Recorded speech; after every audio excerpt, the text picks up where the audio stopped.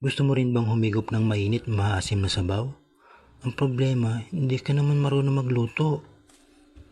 Paano na yan? Simple lang yan. Pagkaprito natin ng boneless bangus, gawa tayo ng mainit na sabaw. Yan, yung ulo, yan yung ilalagay natin mamaya. Gisa-gisa lang tayo. Siyempre, ayan na, inunatin natin ng luya, sibuyas, kamatis, at siyempre, gisa-gisa lang yan. Ihuhulog na natin mamaya ang miso. Ayan na.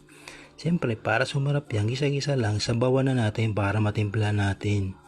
So, lahat ng pampalasa ilalagay na natin para super sarap yan. Sundan nyo lang yung aking ginagawa na yan. Hindi totoo yan. O yan, ilagay lang natin yung mga pampalasa pa. Siyempre, kailangan nadyan na yung sampalok mix. Tapos, pakuluan lang natin yan. Basta timplahan lang, yan. Nadyan na lahat. Kita nyo naman yan. Tapos, ang gagawin natin, lalagay na natin yung ulo ng bangus. Wow, yummy! So, ayan na. Pinapalambot na natin ang ulo. Siyempre, ilagay na natin ang mga dahon. Ang sarap niyang panalo. Wow!